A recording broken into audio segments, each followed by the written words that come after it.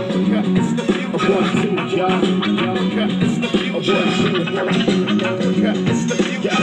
no future unless we build it now. There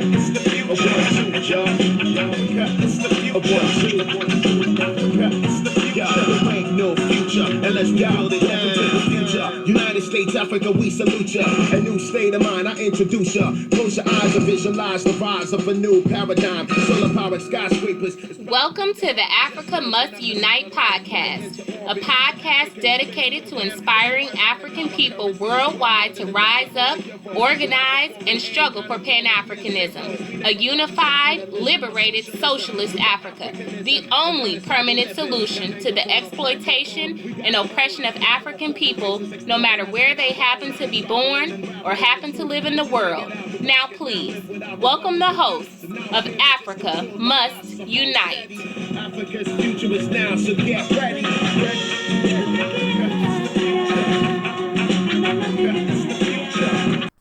Pan-African greetings out there. I am Brother Terrence. And I'm Brother Neil. And this is Africa Must Unite podcast. And we are the Pan-African Revolutionary Socialist Party. And Brother Neil, it's good to do this podcast with you. This is podcast number 78. What is Nkrumaism? And like we do at this time, we always let the people know some important dates of what happened here in June. Yeah, Brother Terrence, June was an exciting month. I'm telling you, it's hard to just pick out a few dates. But one of the things that happened in June had so many progressive, revolutionary Pan-Africanists born in this month. On the 4th, Modibo Keita was born, the president of Mali, in 1915. On the 17th of this month, Brother Lamine Janga, who was a young pioneer who traveled from Gambia, then to Ghana, then to Guinea with Kwame Nkrumah, and then later came to the U.S. to organize and was a founding member of the Pan-African Revolutionary Socialist Party. He died, actually, on the 17th of 2018. Brother Ahmed Mbalia, also African revolutionary, member of the Pan-African Revolutionary Socialist Party, was born on this day in 1941. And finally, Brother Kwame Ture, also known as Stokely Carmichael, Pan-African warrior, born in Trinidad on the 29th of 1941. We also had some activist activities that spurred other kind of activities.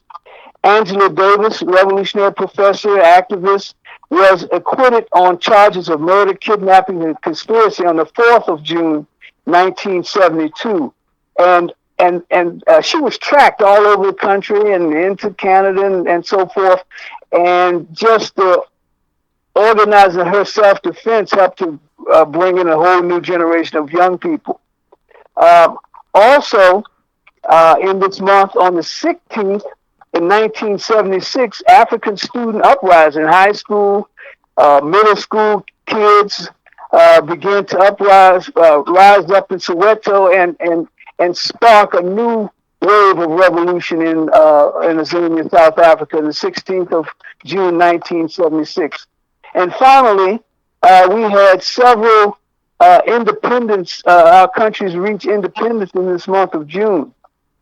On the 30th of June, in 1960, the Democratic Republic of the Congo achieved its independence from Belgium.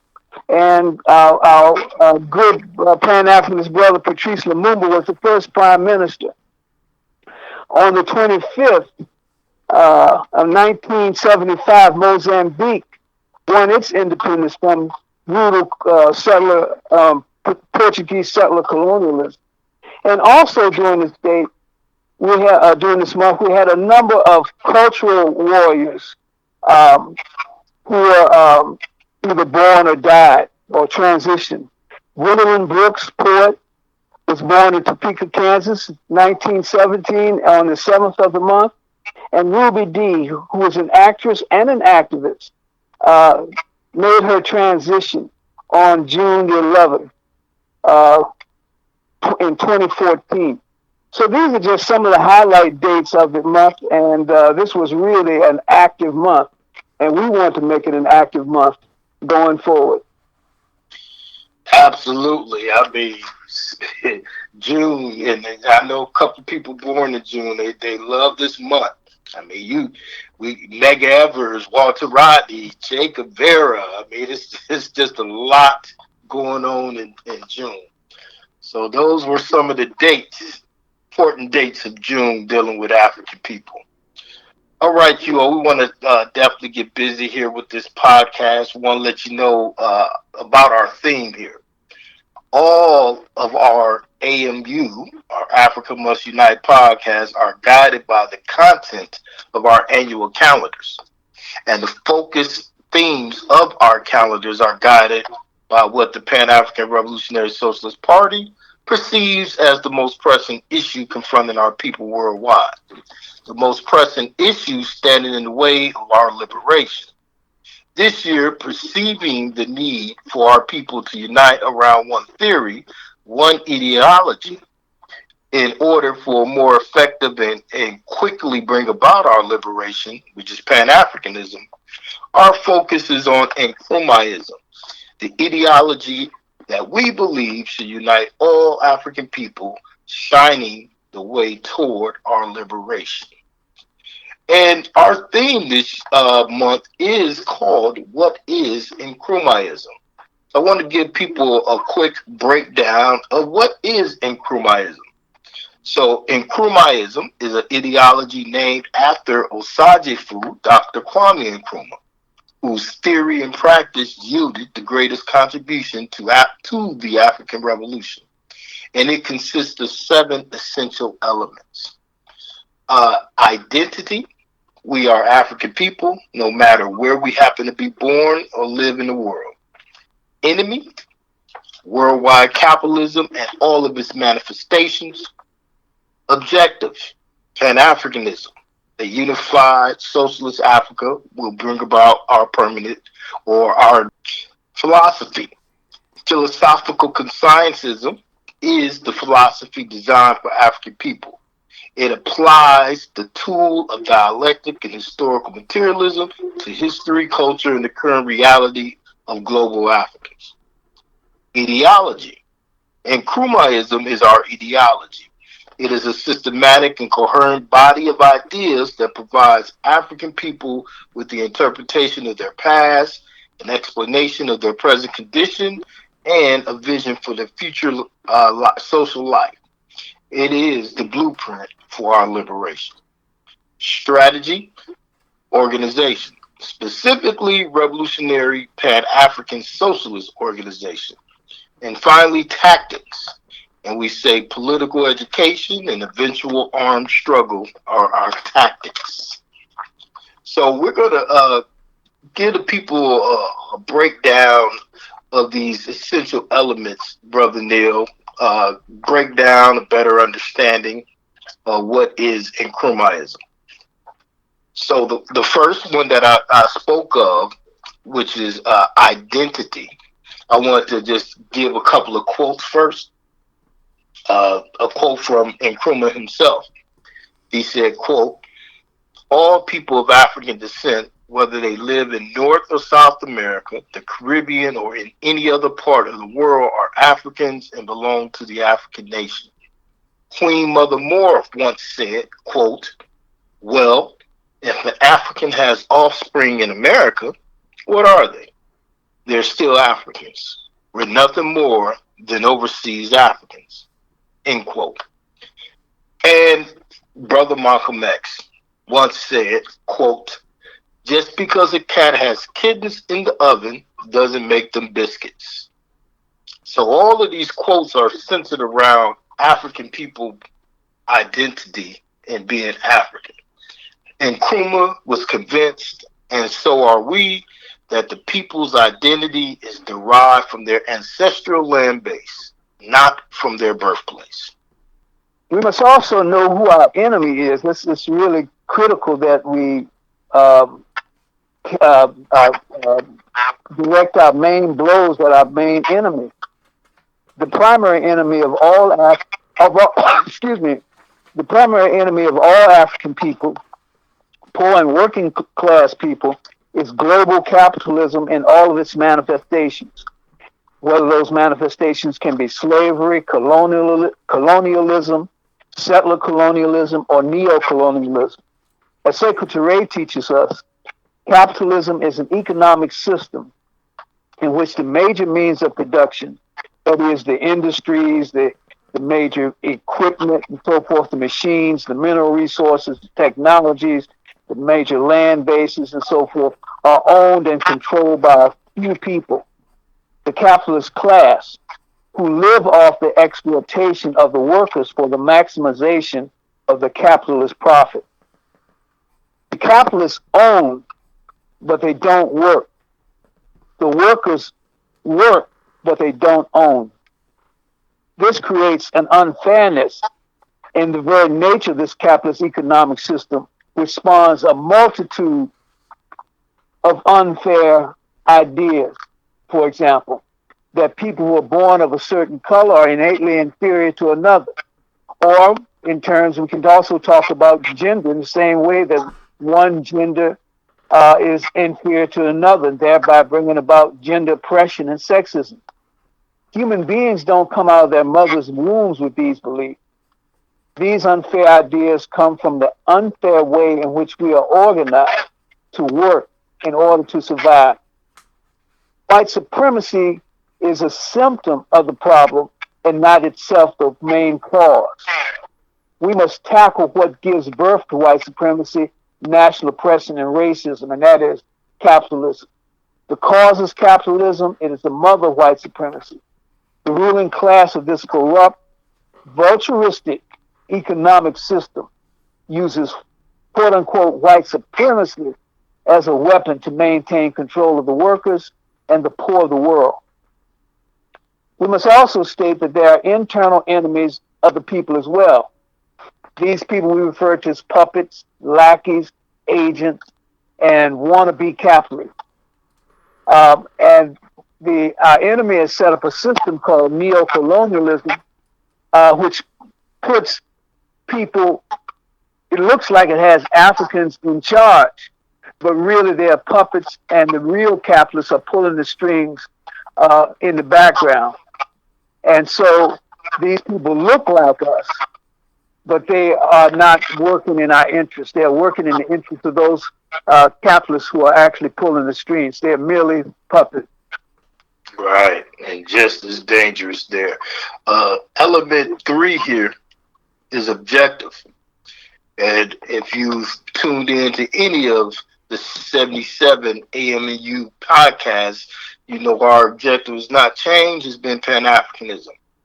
And we define that as a liberated, unified, socialist Africa as the quickest way. Worldwide socialism, it would take much longer to get rid of some of the structural racism and racism embedded in all of these institutions. But we say this is the quickest way any African living anywhere in the world can be free and exploited of exploitation and oppression. We have a equation here that says land equals wealth, wealth equals power, power equals respect, and that respect will equal liberation. And of course, the wealth of Africa belongs to all Africans, all people of African descent, no matter where they happen to be born or live in the world, and all will be used for education, health, and general welfare of all Africans. And we know reparations are important, but we just caution people that reparations is not part of, not the end all solution.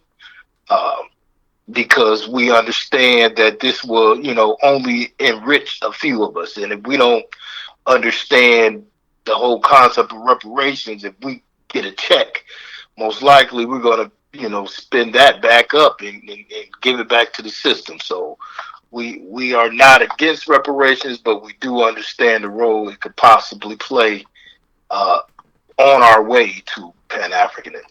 Yes, and we also, Nkrumaism also has a philosophy, and this is called the philosophical consignism, which was articulated and coined by Kwame Nkrumah as a philosophy designed for African people as we try to hack our way out of our system of oppression and all these different forms of colonialism and so forth.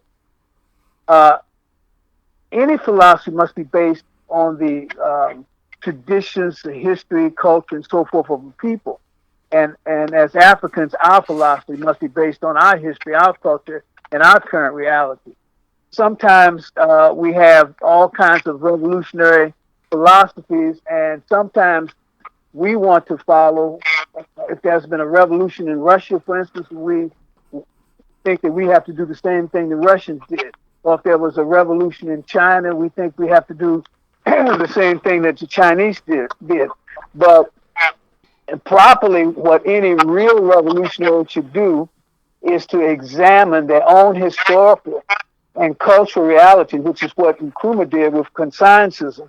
And what he also does in consignism is look at not only the material base for the revolution, but also the non-material basis or the non-material realities that we have to confront and deal with as we begin to go forward. We have to look at what he calls the three Africas, the communal Africa. And then we have to look at the Africa that was when we begin to see feudalism and Islam coming into play. And then we have to see the Africa of the capitalist Africa and when Christianity came to play. And we have to be able to build a new Africa out of these old Africans, these other Africans, by employing wherever possible the positive. And Nkrumah not only wants to negate the negative, but he also wants to spend a great deal of time understanding what the positives are and moving forward with the positive. So with this philosophical consensus, we clearly understand that we must have, and we do have, a unique ideology, and that ideology is Nkrumaism. Excellent. Another essential element we talked about is ideology, and we call our ideology Nkrumaism. This is a systematic and coherent body of ideas that provide African people with the interpretation of their past, an explanation of their present condition, and a visual for their social future life. It is a blueprint for our liberation. The ideology for African people is one that is designed to lead them and exploited, oppressed, disunified, and confused people along the path to liberation. Ideology. Once we understand our ideology, we must understand our strategy. And as revolutionary Pan-Africanist socialist, revolutionary Pan-African socialist organizations are key. That's the key. These specific types of organizations are the way in which we can achieve liberation for all of our people via embracing a liberated, unified socialist Africa. We have all sorts of organizations that do all kinds of great work, and they organize our people. But in order to really become free and liberated, totally free and liberated, not to keep going back to the same struggles one generation after another, but to really become liberated and free, we must not focus on merely reforming the capitalist system, but we must focus on eliminating the capitalist system and unifying Africa under a socialist system. Yes, indeed. And finally, here we have tactics. And we consider the tactics political education. And, that's not learning about, quote unquote, the government and the branches of government. When we say political education, again, we talking about learning about our history, our culture, and our present reality. And we also say armed struggle is a tactic. We say that revolutionary coups now may aid in political education of our people. We say that because we cannot allow our people to bleed peacefully while they wait on us to politically educate them. These coups, not revolutionary, these coups, not revolutionary but not reactionary, may give people the necessary political education boost that they need. And these are the 7 essential elements of Nkrumaism. Uh, all throughout 2024 here at the Times, with help of invited guests, we will focus be on our theme here, Nkrumaism shining the way forward in today's African world. So join us next month, July 2024, when we discuss how Nkrumaism shines the way forward. Meanwhile, visit our website, Pan-African Revolutionary Socialist Party.org. Email us at panafricanrsp@gmail.com. Like us on SoundCloud.com. Visit us on YouTube. Also, leave comments at www.facebook.com/Pan-African Socialist /. Remember, organization is the key. Join us, the Pan-African Revolutionary Socialist Party, or some other revolutionary Pan-African Socialist organization. A union of African Socialist states is on the horizon. Comrades and friends, it is my great pleasure to welcome you to Accra and to this conference of African freedom fighters and supporters of the growing movement for Africa's liberation and unity. It is good for our cause to have a periodic meeting of this kind to examine our position in the great struggle to rid Africa completely and forever of imperialism and its handmaidens, colonialism and neo-colonialism.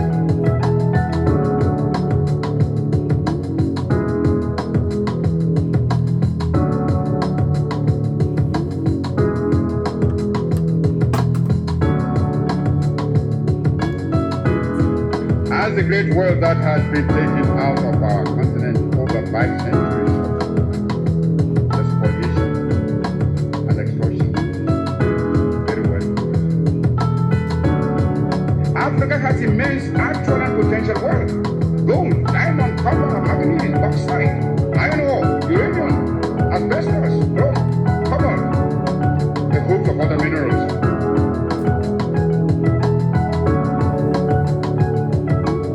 Our essential agricultural produce have all been drained away by colonial Africa is far from being poor. It is Africans who are poor, not Africans.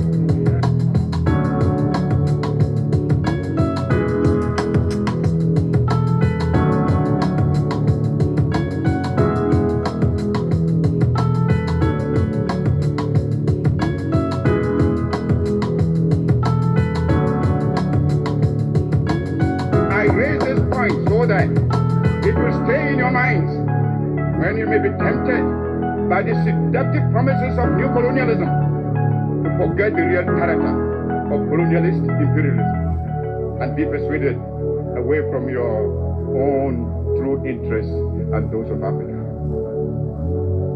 For today, we must each see ourselves as part of Africa in order that we may face colonialist imperialism and its new form, neo-colonialism, on a continent-wide front. For unity must be the keynote of our actions. Our enemies are many, and they stand ready to pounce upon and exploit our very weakness. They tell us that this particular person or that particular country has greater or more favorable potentialities than the other. They do not tell us that we should unite, that we are all as good as we are able to make ourselves once we are free. Remember, always, that you have 4 stages to make. First, the attainment of freedom and independence. Second, the consolidation of that freedom and independence. Thirdly, the creation of unity and community between the free African states. Fourth, the economic and social reconstruction